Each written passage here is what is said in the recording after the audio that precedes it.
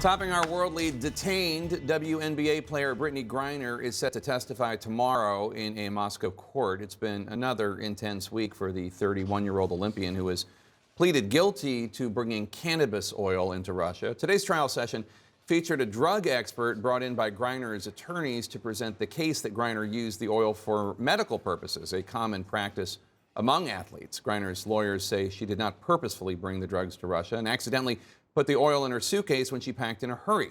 She faces up to 10 years in a Russian prison. While Griner's trial has caught the world's attention, she is not the only American detained in Russia on cannabis charges. Marc Fogel has been held by a Russian court for the better part of a year and was just sentenced to 14 years in a Russian prison. His family says he used medical cannabis to treat chronic back pain. CNN's Kylie Atwood reports on the American teacher's lesser-known case as the Russia-U.S. relationship gets icier by the day. You're watching the last moment of freedom for Marc Fogel, an American teacher heading back to Moscow last August for his 10th year teaching the children of U.S. diplomats. Airport personnel going through his bags, just minutes before he was detained for carrying cannabis into the country. His sister says no one in his family has heard his voice since. All they have are letters written in Russian. He says what he wants in English. Someone translates for him, one of his cellmates. And depending on how good their English is how accurate of a picture we get of what is happening. It's very convoluted.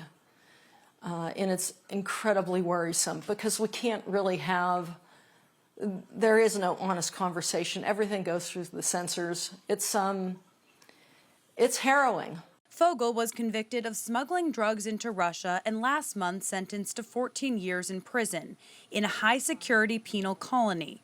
His family and lawyers have said he was carrying cannabis for medical reasons, treating chronic back pain. He made a terrible mistake by taking medical marijuana into Russia, but 14 years in a hard labor camp is essentially a death sentence for him.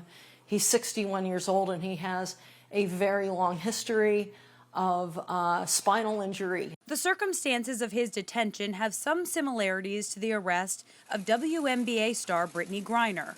But Griner was declared wrongfully detained by the State Department less than 3 months after her arrest. Fogel's family is still waiting. He is wrongfully detained. There's no question about it. This is an outrageous sentence. As we learn more about the circumstances of detention, the charges, fair trial guarantees, due process or lack thereof, we are always weighing those developments against the criteria to determine whether an American is wrongfully held or not. While Fogel was carrying about 20 grams of cannabis, much more than Griner, his American lawyer says that his sentence cannot be explained without there being a political motive. This is a person who has served the American diplomatic community in schools all over the world for well over the majority of his career. I need my president and my first lady to stand up for him. He needs to come home. Now, the importance here of deeming him wrongfully detained would mean that would then launch the Biden administration, the State Department, to engage in efforts, negotiations with the Russians to get him home as quickly as possible. And Jake, we should note that this week is Marc Fogel's birthday, and so it's an incredibly emotional week for his family as he has to celebrate that birthday for the first time in a Russian prison. Jake. All right, Kylie Atwood at the State Department for us. Thank you so much.